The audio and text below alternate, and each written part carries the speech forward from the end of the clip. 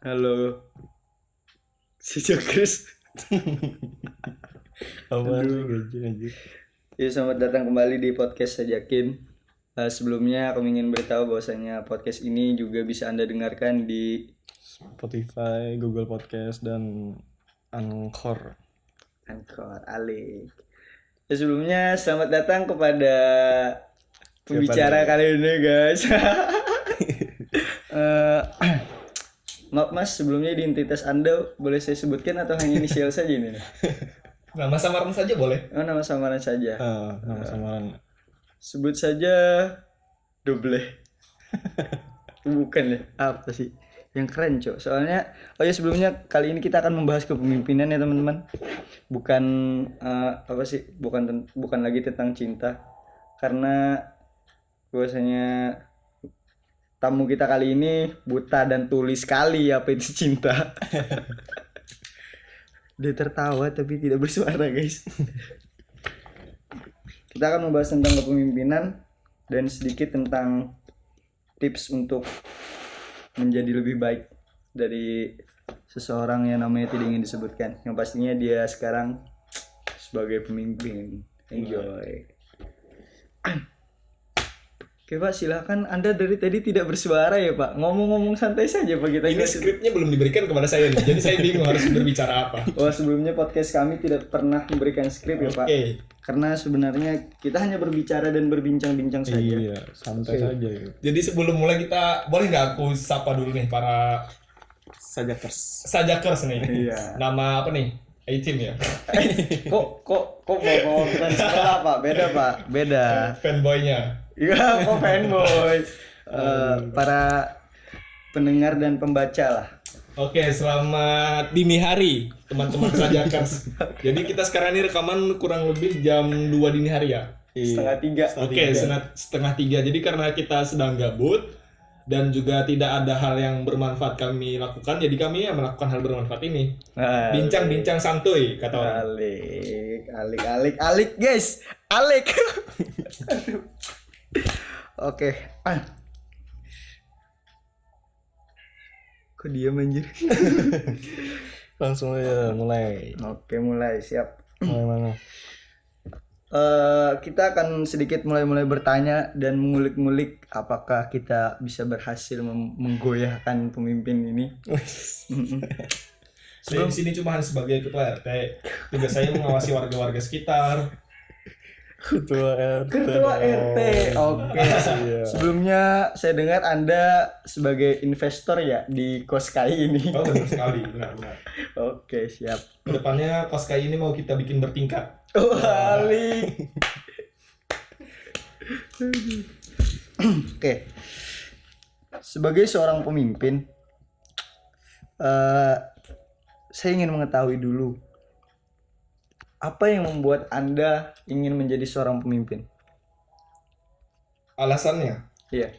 Sebenarnya menjadi pemimpin itu adalah fitrah seorang insan, seorang manusia. Karena di kitab suci umat Islam sendiri dikatakan bahwa manusia itu adalah khalifah di muka bumi. Khalifah itu kan terjemahannya ada 2. Satu, sebagai pengganti umat-umat yang terdahulu, dan yang kedua adalah sebagai seorang pemimpin.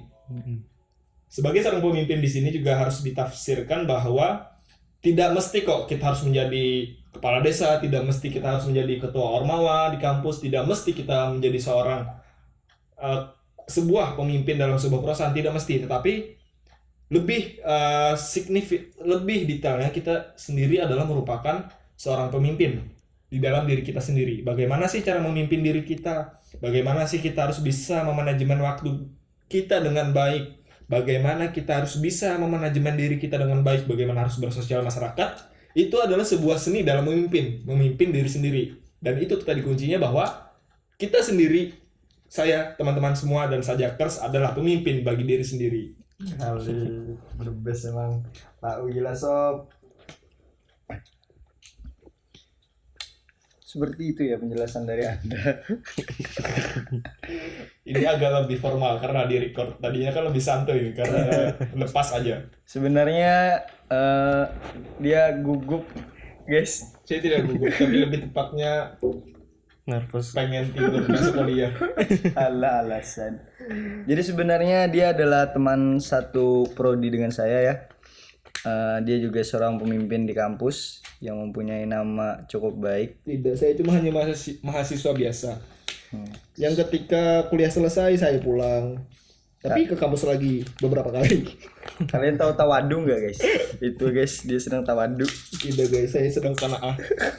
Bersyukuri apa yang ada. Karena oke, lanjut kita fokus ke pembahasan tentang pemimpin tadi ya. Bagaimana Anda bisa merealisasikan apa yang Anda ucapkan tadi? Merealisasikan apa yang saya ucapkan berkaitan dengan bahwa setiap orang itu adalah pemimpin, bisa direalisasikan setiap orang. Tentu untuk merealisasikan diri sebagai pemimpin, terutama pemimpin diri sendiri, perlu satu, knowledge atau pengetahuan. Bagaimana sih cara tadi saya sebutkan memimpin diri sendiri, memanajemen waktu, memanajemen diri, kemudian juga bagaimana bisa mengatur regulasi diri dengan baik, itu harus ada knowledge atau pengetahuannya. Baik itu didapatkan berdasarkan ilmu pengetahuan, melalui membaca ataupun mencari informasi di media-media yang ada, ataupun melalui pengalaman hidup. Itu, untuk bagaimana bisa merealisasikan apa yang sudah dikatakan. Karena tidak cukup dengan kita langsung merealisasikan bahwa mengaku aku sebagai seorang pemimpin tanpa sebuah modal pengetahuan, bisa saja menjadi sebagai seorang pemimpin, tetapi dapat ditinjau kualitas kepemimpinan dirinya sendiri itu bagaimana. Sehingga untuk melengkapi perealisasian diri sebagai seorang pemimpin itu perlu dibekali, perlu diasupi dengan sebuah asupan berupa pengetahuan dan juga pengalaman. Oke. Sebagaimana yang saya tahu ya, Anda ini kan sebagai seorang pemimpin sebuah organisasi ya di kampus. Tidak, saya hanya pengikut. Saya hanya pelayan masyarakat, hanya sebagai pelayan mahasiswa. Oh ya, tapi kan Anda diamanahi jabatan sebagai ketua ya kan ya. Anda tidak usah munafik di podcast ini. Aduh. Jadi saya jadi lupa gara-gara Anda suka bercanda ya. Dengan jabatan Anda saat itu, bagaimana Anda membedakan profesionalitas dengan faking good sebagai seorang pemimpin? Oke. Dalam dunia kepemimpinan yang juga berkaitan dengan dunia politik dan sosial, pencitraan katakan, faking good dikatakan tadi, pencitraan, dan juga dunia keprofesionalitasan adalah sebuah tempat yang bersampingan dan dibatasi oleh tirai yang sangat tipis antara profesionalitas dan juga pencitraan. Baik. Ketika seseorang itu melakukan pencitraan, ada dua indikasi. Satu, apa yang ia sampaikan adalah benar. Dan dua, apa yang ia sampaikan adalah sebuah kedustaan. Nah, bagaimana caranya kita mengetahui ia mengatakan sebuah kebenaran atau kedustaan? Bisa dilihat setelah ia mengemban amanah tersebut. Sederhananya begini. Dikatakan oleh seorang politisi muda dari Partai Solidaritas Indonesia, PSI, Bung Rian Ernest, dia mengibaratkan sebuah janji ataupun sebuah visi misi yang ditawarkan itu sebagai sebuah burger yang ketika kita malam hari, misalkan sekarang dini hari, kita sedang nonton iklan nih, lihat ada iklan burger, tebel, rotinya tebel, kemudian dagingnya empuk, kemudian sausnya mantap, top pokoknya. Ketika itu kita langsung, besok pagi gua mau beli burger itu, katakan burger X katanya. Siap, saya mau beli burger X. Tapi ketika kita sudah sampai di tokonya atau di tempat makan tersebut, kita beli burger, ternyata apa yang kita dapatkan? Yang kita dapatkan adalah burger yang tipis, kemudian dagingnya keras. Seperti itu kepemimpinan dan politik. Apa yang disampaikan harusnya bisa direalisasikan ketika sudah menempuh atau mengemban amanah tersebut. Ketika apa yang kita sampaikan di awal tidak sesuai dengan apa yang direalisasikan sekarang, itu adalah sebuah kedustaan. Berbeda dengan sebuah kemunafikan. Dan di situ mungkin tadi poinnya antara profesionalitas dan juga faking good atau kemunafikan. Bisa terlihat kan bagaimana sih nantinya orang menyampaikan visi misi dengan sebuah profesionalitas, bahwa ia ingin membawa poin-poin yang ia sampaikan dan ia realisasikan ketika sudah mendapatkan amanah atau jabatan tersebut. Begitu. Oke, begitu. Berbelit-belit ya. Enggak juga sebenarnya, saya sudah dengar ya dari pendapat Bung Ernst itu di podcast sebelah, kan Anda nonton kan? Benar sekali, benar. Oke. Saya sudah tahu logat Anda membicarakan sudah sama persis sepertinya. Hanya saja ada beberapa kata yang Anda ubah karena Anda ingat. Saya tahu kayaknya itu. Sudah nonton. Dan juga Anda ngajak saya nonton itu kemarin kan ya. Aduh. Mantap juga Anda. Suka mengutip. Oke, tadi Anda ada bilang pencitraan. Sebagai seorang pemimpin, sepenting apakah citra? Oke, baik. Pencitraan atau citra. Terkadang sebagian orang berbeda mempersepsikan citra. Dalam dunia psikologi saya belajar,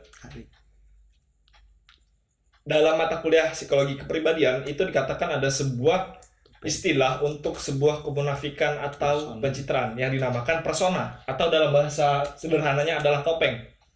Berbeda antara kemunafikan dengan persona dengan sebuah pencitraan. Bukan pencitraan, tetapi citra.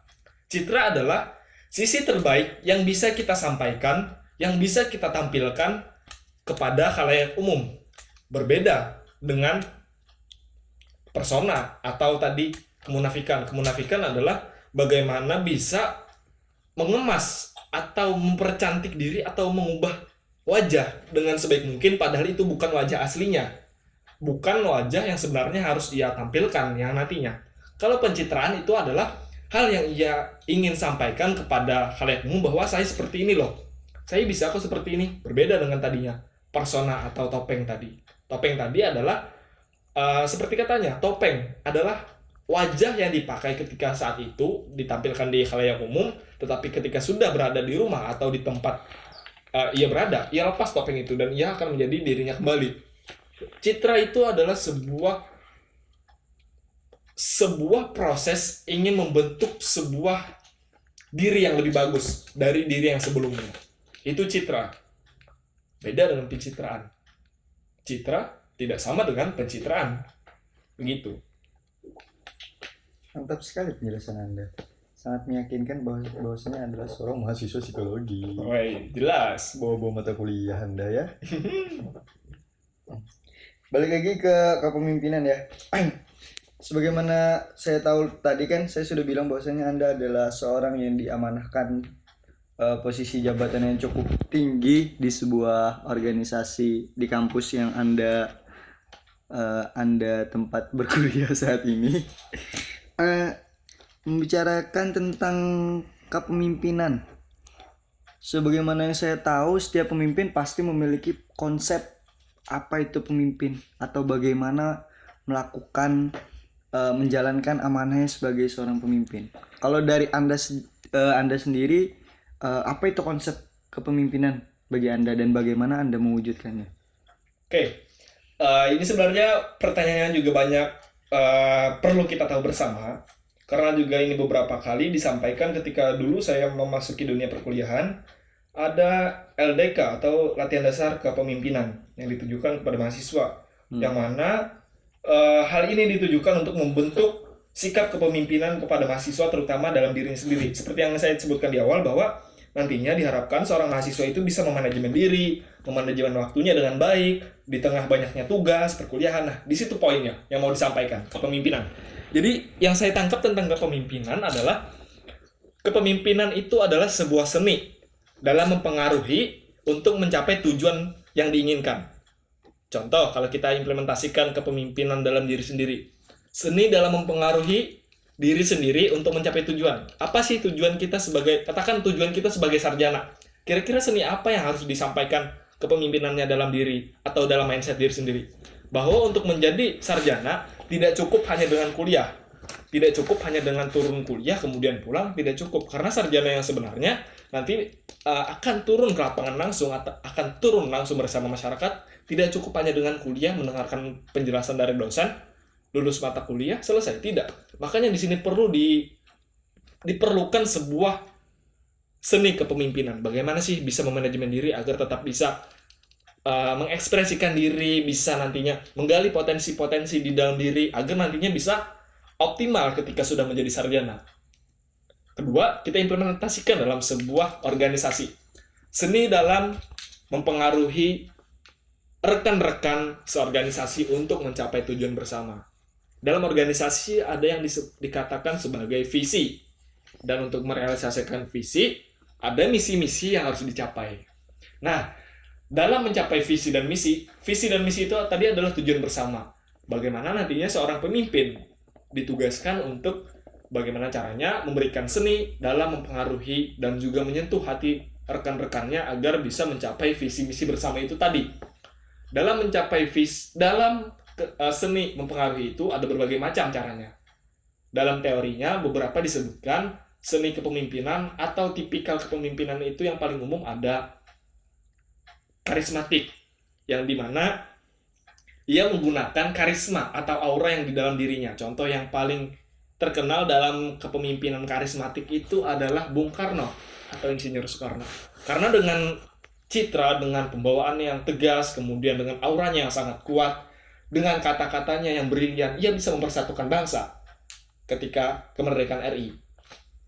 Kemudian ada kepemimpinan yang sifatnya otoriter, yang dimana dia selalu menegaskan, selalu menekankan sebuah hal yang sifatnya pasti dan sifatnya harus ditaati semua. Contoh yang kepemimpinan otoriter itu kalau tidak salah itu ada Adolf Hitler. Oke, selanjutnya juga ada beberapa jenis kepemimpinan lainnya yang saya pahami juga adalah demokratis. Demokratis ini bagaimana bisa menerapkan asas musyawarah untuk mufakat. Di Indonesia sendiri ada beberapa pemimpin bangsa yang dikenal atau yang dicap sebagai seorang pemimpin demokratis. Di antaranya adalah Presiden ke-6 Indonesia, Susilo Bambang Yudhoyono. Dengan demokratisnya, ia bisa mempersatukan bangsa ini dengan baik.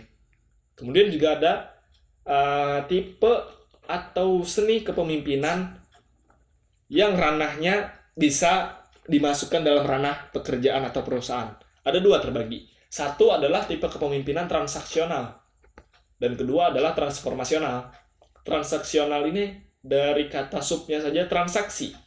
Yang artinya ketika seorang pemimpin itu harus bisa menegaskan, bisa mengayomi, bisa memimpin perusahaan yang ia pimpin dengan transaksi atau administrasi yang bagus. Artinya ada sistem yang harus ditaati oleh staf atau pekerja dalam perusahaan itu.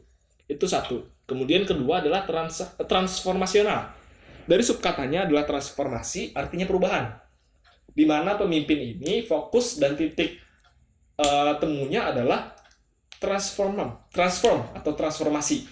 Artinya perubahan. Di mana pemimpin ini bisa, yang tadinya bisa merubah staf yang tadinya katakan kurang kinerjanya kurang atau nanti kurang dalam hal skill, ia bisa merubah dengan cara memenuhi kebutuhan-kebutuhan dari pekerjaannya sendiri. Karena setiap staff atau setiap pekerja itu kebutuhannya berbeda-beda. Begitu. Jadi, kata kunci dari kepemimpinan transformasional adalah bisa mengembangkan staff atau pekerjanya. Begitu. Kalau tipe Anda sendiri bagaimana, Pak? Dari sekian banyak macam-macam kepemimpinan yang Anda jelaskan, saya ingin tahu bagaimana tipe Anda, Pak. Kalau menurut saya sendiri, sebaik-baik pemimpin adalah ia yang bisa menempatkan diri di segala situasi dan posisi. Misal, ketika kita sedang membutuhkan kebijakan atau keputusan dengan cepat yang mestinya tidak perlu melibatkan seluruh rekan dalam organisasi, kita bisa menjadi otoriter. Tetapi ketika kita perlu sebuah keputusan atau kebijakan yang mana melibatkan seluruh teman-teman dalam organisasi, kita bisa menjadi demokratis. Ketika kita ingin memotivasi, ketika kita ingin mengembangkan teman-teman dalam organisasi, kita bisa memakai transformasional ditambah dengan karismatik. Dengan merubah dan juga dengan citra yang dibawa aura yang kuat, kita bisa memotivasi teman-teman atau rekan-rekan organisasi.